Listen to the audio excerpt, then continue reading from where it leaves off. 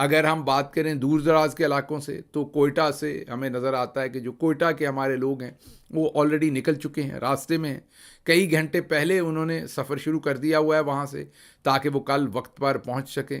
اسی طرح کراچی سے جو قافلے نکلنے تھے وہ بھی نکل چکے ہیں، اس کی ہم ساتھ ساتھ آپ کو تصاویر اور فوٹیج بھی دکھا رہے ہیں، اور وہ کراچی سے نکل چکے ہیں قافلے۔ اسی طرح ملک کے طول و عرض سے ہر جگہ سے پاکستان تحریک انصاف کے جو ورکرز ہیں، سپورٹرز ہیں، ووٹرز ہیں، وہ اس وقت اسلام آباد کی طرف رواں دواں ہیں۔ وہاں پر پارکنگ کا بہت بڑا مسئلہ تھا کا مطلب ہے کہ پارکنگ کی جگہ کم پڑ جانی ہے، لوگ زیادہ آ جانے، حالانکہ وسیع پارکنگ ہے، لیکن ابھی تھوڑی دیر پہلے کور کمیٹی میں اعظم سواتی صاحب نے اس طرف اشارہ کیا کہ جس طرح سے لوگ آ رہے ہیں، مطلب جلسے سے ایک دن پہلے جتنے لوگ وہاں پہنچے ہوئے ہیں گراؤنڈ میں، اس سے یہ لگتا ہے کہ کل اور بھی زیادہ لوگوں نے آ جانا ہے، تو پارکنگ کا مسئلہ نہ بن جائے، اس لیے ابھی پارکنگ کو وسیع کرنے کے انتظامات کیے جا رہے ہیں۔ ابھی راتوں رات اس کے اوپر کام کیا جائے گا اور پارکنگ کو وسیع کیا جائے گا۔ ظاہر ہے آپ کو پتہ ہے کہ وہ ایک کھلا میدان ہے، تو وہاں پر پارکنگ کے لیے آپ کو کوئی لمبا چوڑا تردد نہیں، بلڈوزر کے ساتھ زمین ہموار کرنی ہوگی اور پارکنگ کا وسیع انتظام ہو جائے گا۔ تو اعظم سواتی صاحب نے اس طرف پوائنٹ آؤٹ کیا ہے۔ باقی وہاں پر سیکیورٹی کی بھرپور جو ذمہ داری اور تحریک انصاف کے ورکرز پوری کر رہے ہیں، ظاہر ہے گرد و نواح میں تو پولیس ہی کرے گی، اور پھر کے پی سے بھی ہماری حکومت کے اکابرین آ رہے ہیں، ان کی اپنی سیکیورٹی ہوگی۔ تو کل مجھے یہ ایک بڑا جلسہ ہوتے ہوئے نظر آ رہا ہے، تمام تر فسائیت کے بعد 16 مہینے کی پابندی کے بعد تحریک انصاف آخرکار دوبارہ پاکستان کا جو سیاسی افق ہے اس کے اوپر اپنا پاور شو کرنے جا رہی ہے۔ یہ جو 16 17 18 ماہ کی پابندی کے بعد تحریک انصاف ایک نیا جلسہ کرے گی، اس سے میں ایک نئی سیاسی مہم کا آغاز دیکھ رہا ہوں۔ عوام ان سے تنگ ہے، عوام ان سے پہلے ہی ہر صورت جان چھڑوانا چاہتی ہے۔ ان حالات کے اندر اب تحریک انصاف یہ جو آؤٹ لیٹ پرووائڈ کرے گی عوام کو اپنا ایکسپریشن دینے کا، اس سے مجھے لگ رہا ہے کہ آنے والے دنوں میں ایک نئی تحریک جنم ہوتی ہوئی نظر آئے گی۔ جہاں تک بات ہے لوگوں کے لیے، تو عمران خان نے خصوصی پیغام جیل سے بھیجا ہے کہ لوگ ہر صورت اس میں شرکت کریں۔ ظاہر ہے آپ کو پتہ ہے، میں بار بار آپ کو بتاتا آیا ہوں کہ عمران خان کو جیل سے باہر نکالنا ہے یا پاکستان میں کوئی بھی آپ نے تبدیلی لانی ہے تو آپ کو بنگلہ دیش کی طرح باہر نکلنا پڑے گا۔ گھروں میں رہ کے یہ نہیں ہو سکتا۔ صرف آپ یہ پولیٹیکل لیڈرشپ کے اوپر نہیں چھوڑ سکتے۔ پولیٹیکل لیڈرشپ چند لوگ ہوتے ہیں، ان کو پکڑ کے جیلوں میں کرنا بہت آسان ہوتا ہے۔ پولیٹیکل لیڈرشپ ہو، کسی بھی قوم کی آزادی ہو، یا ان کے جو بنیادی ویلیوز ہیں، ان کی اساس ہے، اس کی پروٹیکشن وہ قوم خود ہی کر سکتی ہے، ساری کی ساری، کوئی ایک شخص نہیں کر سکتا ان کے لیے۔ لیڈرشپ صرف آپ کو راستہ متعین کر کے دے سکتی ہے، بتا سکتی ہے کہ درست راستہ کون سا ہے، اس راستے پر جتنے بھی کانٹے ہیں وہ آپ نے ساتھ خود نکالنے ہوتے ہیں۔ تو عوام جب تک جڑ کر ساتھ نہیں نکلے گی، اس فسطائیت سے عوام کی جان نہیں چھوٹے گی۔ رہی بات جو آپ دیکھ رہے ہیں کہ چودھری صاحب دوسری طرف سے ڈنڈا اٹھائے ہوئے ہیں، یہ طریقہ کار ہے ان کا، یہ طریقہ ہے ان کی، یہ ٹریننگ ہے، انہوں نے ڈرا کے رکھنا ہوتا ہے۔ دبکا جسے کہتے ہیں وہ بڑا ہائی ہوتا ہے، جو پریشر ہوتا ہے وہ بہت بنا کر ریلے کی صورت میں اٹیک کرنا ہوتا ہے۔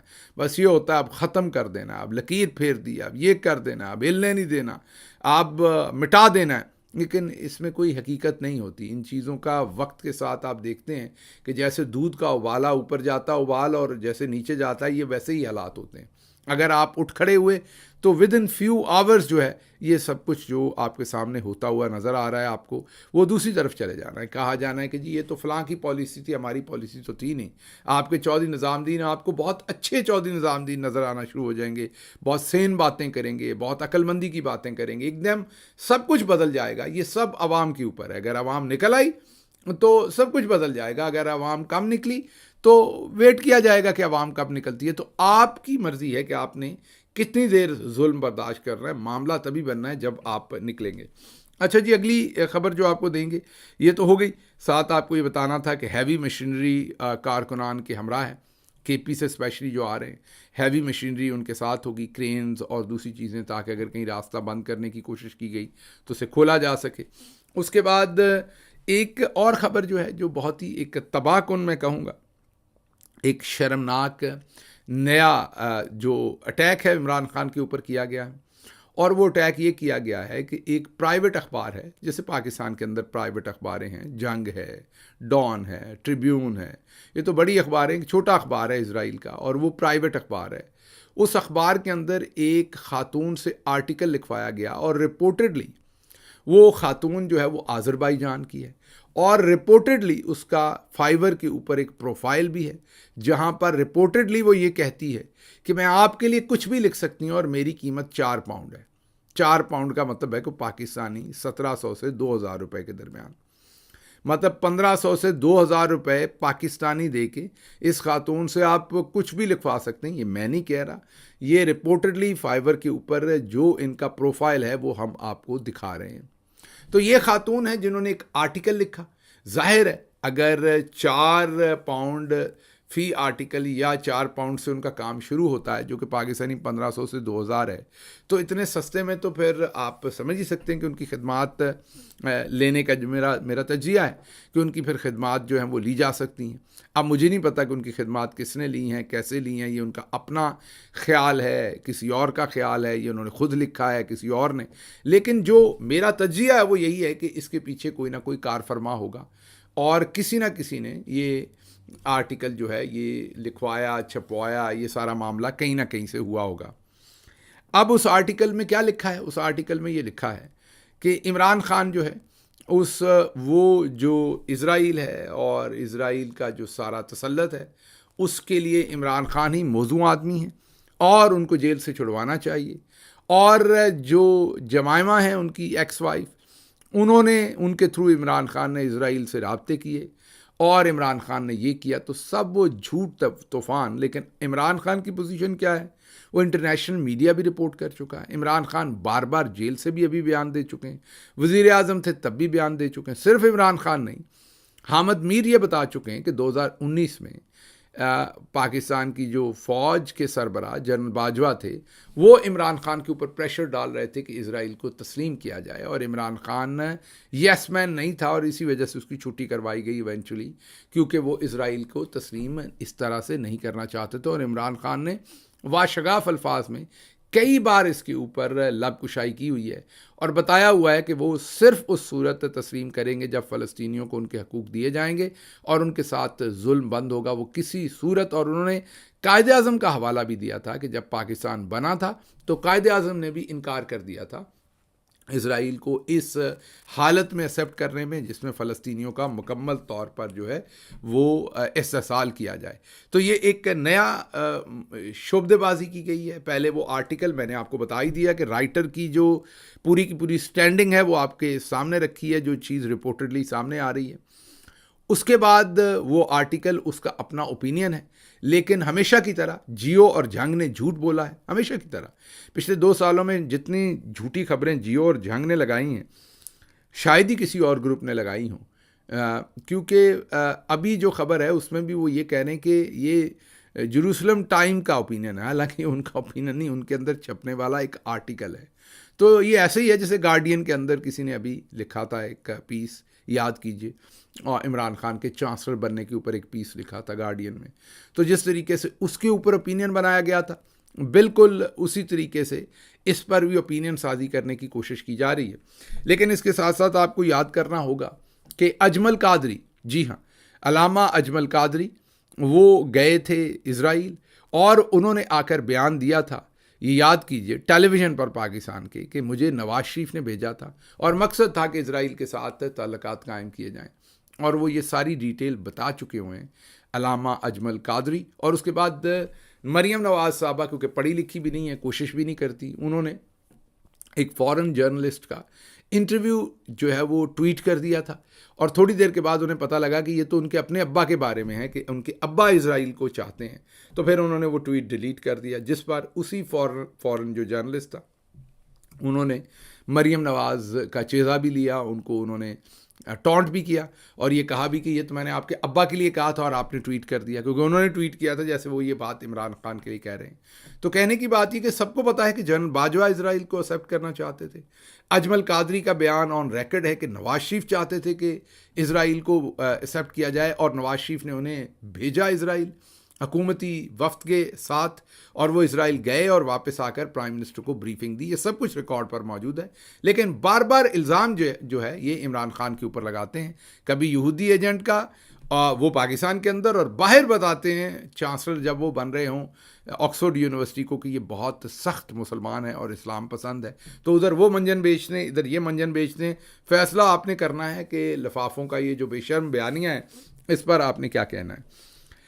اچھا جی، جو عمر ایوب خان صاحب ہیں، پاکستان تحریک انصاف کے سیکرٹری جنرل تھے، انہوں نے اس پر اپنا استعفیٰ پیش کیا ہے، اور جو عمران خان نے ایکسیپٹ بھی کر لیا. ٹائمنگ بہت بری ہے.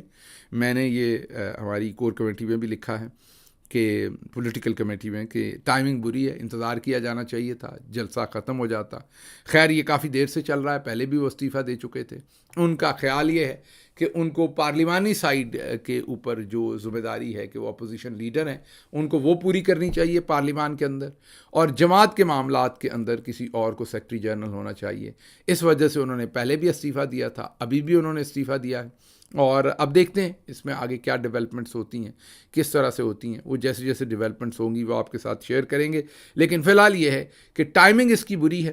اگر میں عمر ایوب صاحب کی جگہ پر ہوتا تو میں، اگر عمران خان صاحب یہ ایکسیپٹ کر بھی لیتے تو میں اس خبر کو دبا کے رکھتا. 8 ستمبر گزر جاتا، جلسہ گزر جاتا، تو اس کے بعد اس خبر کو جو ہے وہ پھر کیا جاتا، تاکہ جو نئے سیکرٹری جنرل ہیں وہ اس کے بعد اپنی ذمہ داریاں سنبھال لیتے. اب تو پارٹی جس پروسیس میں 8 ستمبر کے جلسے میں، اس میں چینج آف یہ جو پوزیشن ہے وہ ویسے بھی ممکن نہیں ہونی. تو اس لیے اس کی ٹائمنگ درست نہیں ہے. انتظار کیا جانا چاہیے تھا. جہاں اتنا ٹائم گزر گیا تھا، اتنا ابرپٹلی یہ کرنا درست نہیں تھا. اچھا جی، اگلی خبر جو آپ کے سامنے رکھیں گے وہ ہے کہ باجی مریم نے جہاں پر آپ کو پتا ہے کہ پاؤں رکھا ہے، وہیں پر تباہی ہو گئی ہے.